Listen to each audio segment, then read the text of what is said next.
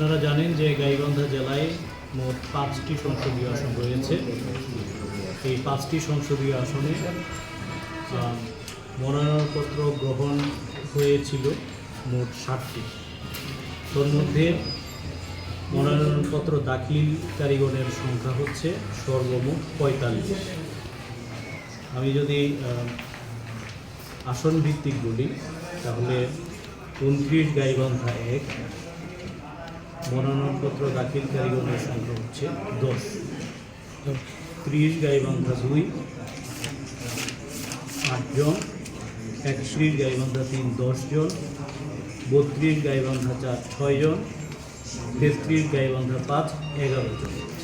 এই মোট 45টি মনোনয়নপত্র আজকে দাখিল হয়েছে।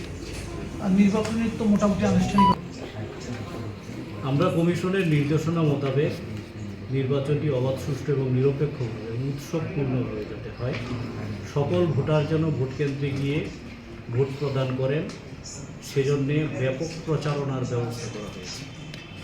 আপনারা জানেন যে এই ত্রয়োদশ জাতীয় সংসদ নির্বাচনের একই সঙ্গে গণভোট অনুষ্ঠিত হবে। এই গণভোটটি বিষয়ে জনগণের মাঝে যাতে একটি কনসেপ্ট তৈরি হয়, সেজন্য আমাদের প্রচারণা ব্যাপকভাবে চলছে এবং এটি আরও বেগবান হবে। এবং আমাদের যে আইন শৃঙ্খলা রক্ষার জন্য অলরেডি আইন শৃঙ্খলা রক্ষাকারী বাহিনীগুলো কার্যক্রম হাতে নিয়েছে, কাজ করছে।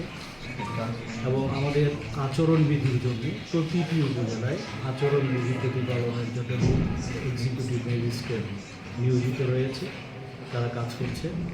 এবং মনোনয়নপত্র বাছাইয়ের প্রক্রিয়াটি সম্পন্ন হওয়ার পরে যখন আমরা প্রার্থীগণের তালিকা পেয়ে যাব, তখন থেকে আমরা আমাদের নির্বাচনী এলাকাগুলোতে আমাদের যে নির্বাচনী আচরণ বিধির উপরে এবং প্রার্থীগণদেরকে নিয়ে আমাদের সভা অনুষ্ঠিত হবে।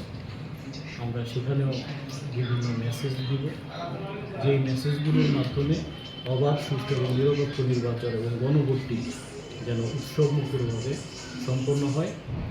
দীর্ঘকাল পরে সকল ভোটার যেন ভোট কেন্দ্রে একটি উৎসবমুখর পরিবেশে গাইবান্ধা জেলায় ভোট প্রদান করতে পারে, সেই ব্যবস্থাগুলো আমরা গ্রহণ করছি। আপনারা আরও জানেন যে এই নির্বাচনটির ক্ষেত্রে আরেকটি বিশেষত্ব হচ্ছে সকল ধরনের ভোটার, অর্থাৎ যারা প্রবাসী তারা ভোটদানের জন্য এখানে অন্তর্ভুক্ত হচ্ছে। যারা বিভিন্ন জেলায় কর্মরত রয়েছে সেই সরকারি কর্মকর্তা কর্মচারীবৃন্দ যারা ভোট প্রদানের কাজে নিয়োজিত থাকে, তাদেরও এবছর এই নির্বাচনে ভোটের ব্যবস্থা বিধান রাখা হয়েছে। এমনকি কারাগারে যারা রয়েছে সেই হাজতি বন্দীদেরও কিন্তু ভোট প্রদানের সুযোগ সৃষ্টি হয়েছে। তো আমরা বিশ্বাস করি যে একটি ইনক্লুসিভ, সার্বজনীন এবং উৎসবমুখর, অবাধ, সুষ্ঠু এবং নিরপেক্ষ নির্বাচন গাইবান্ধাবাসী নিশ্চয়ই দেখতে পাবে। এই ক্ষেত্রে আমরা বদ্ধপরিকর। ঝুঁকিপূর্ণ এবং অধিক ঝুঁকিপূর্ণ ভোট কেন্দ্রগুলোর ক্ষেত্রে কিন্তু নির্বাচন কমিশনের নির্দেশনা রয়েছে। আইনশৃঙ্খলা রক্ষাকারী বাহিনীগুলো সেভাবে পদক্ষেপ নিচ্ছে এবং আমরাও এখানে গাইবান্ধায় বিশেষভাবে অতি ঝুঁকিপূর্ণ যে ভোট কেন্দ্রগুলো রয়েছে সেখানে আমরা বিশেষ নজর দিচ্ছি। বিভিন্ন কারণে অতি ঝুঁকিপূর্ণ হয় ভোট কেন্দ্রগুলো। তার মধ্যে আপনারা জানেন যে গাইবান্ধা একটি চরাঞ্চল বেষ্টিত এলাকা, সেখানে আপনার একটা দুর্গমতার কারণেও অনেক ক্ষেত্রে একটা ঝুঁকিপূর্ণতার বিষয়ে কাজ করে। আমরা প্রতিটি দুর্গম এলাকায় যেখানে অধিক ঝুঁকিপূর্ণ ভোটকেন্দ্র রয়েছে সেগুলোর ট্রান্সপোর্টেশন, সেগুলোর নিরাপত্তা, এগুলোর জন্য আমরা আলাদাভাবে পদক্ষেপ নিচ্ছি। আমরা জোরালোভাবে এই বিষয়গুলোকে দেখছি এবং আশা করি সেই সব ভোটকেন্দ্রগুলোতে আমাদের অনেক বেশি নজরদারি থাকবে। সেটার সংখ্যা কতগুলো?